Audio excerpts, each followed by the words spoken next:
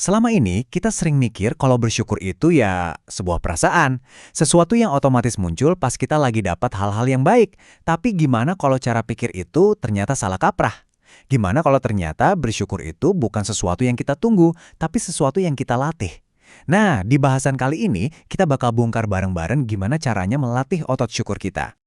Kita semua pasti pernah deh ngalamin ini. Dengar nasihat jangan lupa bersyukur tuh udah kayak makanan sehari-hari kan? Tapi giliran lagi ada masalah, lagi diuji, kok ya susah banget buat ngerasa bersyukur? Rasanya ambiar gitu aja. Nah, pertanyaannya, kenapa sih bisa gitu? Kenapa rasanya ada jarak yang jauh banget antara tahu harus bersyukur dan bisa benar-benar bersyukur? Dan ini dia nih, biang keroknya. Kita tuh sering banget nganggep syukur itu kayak tombol reaksi, cuma kepencet kalau ada hal baik yang terjadi. Padahal pandangan yang benar itu justru sebaliknya. Syukur itu anggap aja kayak otot di badan kita.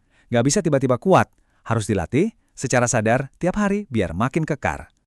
Oke, kalau kita udah sepakat syukur itu kayak otot yang perlu dilatih, sekarang kita harus kenalan dulu dong sama otot ini. Sebenarnya apa sih makna asli dari bersyukur itu? Yang lebih dari sekedar ucapan di bibir? Yuk, kita bedah lebih dalam. Coba perhatiin deh kata kuncinya di sini. Perasaan tulus berupa sukacita. Ini penting banget. Jadi, bersyukur itu bukan sekedar pasrah atau ya udah deh nerima aja dengan terpaksa. Bukan. Syukur yang sejati itu adalah saat hati kita benar-benar bisa ngerasain seneng, rela, ikhlas, bahkan pas kita dapat sesuatu yang nggak kita pengen. Wah, ini levelnya tinggi banget sih. Tapi justru inilah intinya. Dan ternyata syukur yang beneran itu satu paket lengkap. Ada 3 pilar yang nggak bisa dipisahin. Pertama, harus dimulai dari hati. Perasaan yang tulus, yang bener-bener nerima. Kedua, diungkapin lewat lisan. Ucapan terima kasih, senyuman yang tulus. Dan yang ketiga, puncaknya harus diwujudkan dalam perbuatan. Ibadah jadi lebih khusyuk, jadi lebih baik sama orang lain. Kalau salah satu dari 3 ini nggak ada, ya berarti syukurnya belum komplit. Oke, definisinya udah dapet. Sekarang mungkin Anda bertanya-tanya, emang kenapa sih kita harus repot-repot ngelatih skill ini? Apa untungnya buat kita? Well, siap-siap kaget, karena imbalannya ini bener-bener luar biasa. Ini kayak superpower. Ini bukan sekedar saran loh ya, tapi ini adalah janji langsung dari Tuhan. Jelas banget. Jadi, bersyukur itu bukan sikap pasif nunggu dikasih. Justru sebaliknya, bersyukur itu adalah kunci aktif buat ngebuka pintu rezeki yang lebih banyak lagi. Rumusnya simpel dan langsung. Kalau kamu mau dapat lebih, kuncinya adalah syukuri dulu apa yang udah ada sekarang. Coba kita pakai analogi lain deh, biar kebayang. Anggap aja pikiran kita ini kayak pemancar radio. Kalau kita isinya ngeluh, marah-marah, nyalain orang, kita itu lagi mancarin frekuensi rendah. Dan tebak apa yang ketarik? Ya masalah-masalah lain yang frekuensinya sama. Sebaliknya, kalau hati kita isinya syukur, gembira, ikhlas, kita mancarin frekuensi tinggi. Dan secara otomatis, yang datang ya hal-hal baik, berkah yang sefrekuensi juga. Ini bukan sulap, ini kayak hukum alamnya. Terus, apa aja sih hasil nyata dari pohon syukur yang kita tanam ini?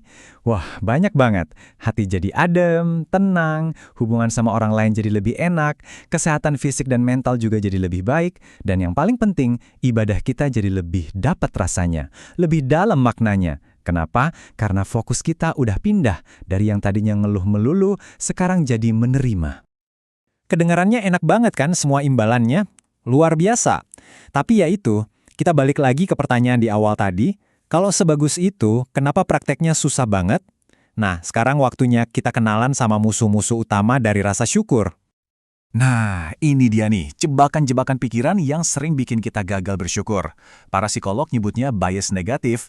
Ini tuh kayak setelan pabrik otak kita yang emang cenderung lebih gampang fokus ke hal-hal yang jelek. Jadi kita sering banget gagal lihat hikmah, lebih ingat sama apa yang nggak kita punya, dan paling gampang ya, nyalahin orang lain atau keadaan. Kita lupa kalau ada skenario besar yang lagi dimainin sutradaranya. Biar lebih kebayang, ada satu cerita pendek yang bagus banget buat ngegambarin betapa sempitnya cara kita mandang sesuatu. Ceritanya tentang seorang petani tua dan kudanya. Jadi ceritanya gini, suatu hari satu-satunya kuda si petani ini kabur. Tetangganya langsung bilang, "Wah, sial banget nasibmu." Beberapa hari kemudian, kudanya balik lagi dan gak sendirian. Dia bawa teman-temannya, kuda-kuda liar. Tetangganya langsung ganti omongan, "Wah, beruntung banget kamu."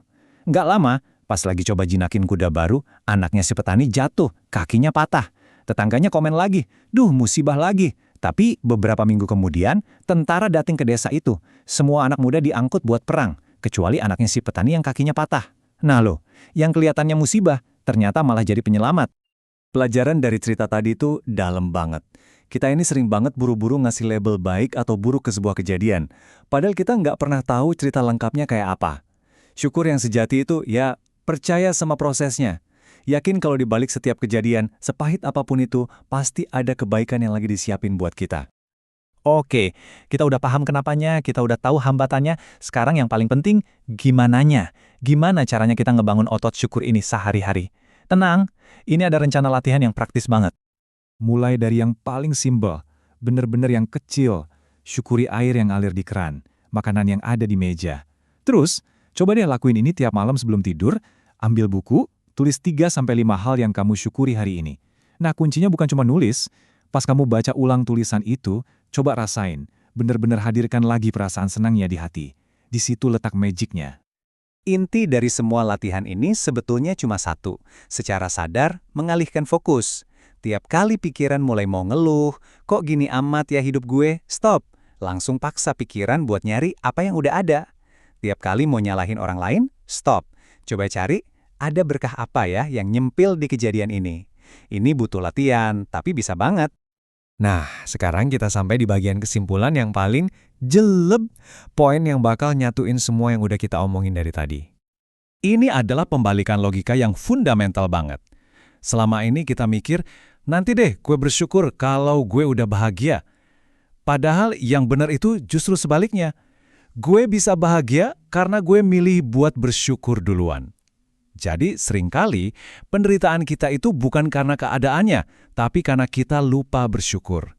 Saat kita memilih bersyukur, saat itulah kita mulai menulis ulang realitas hidup kita. Dan kutipan ini benar-benar jadi pengingat yang nancep banget.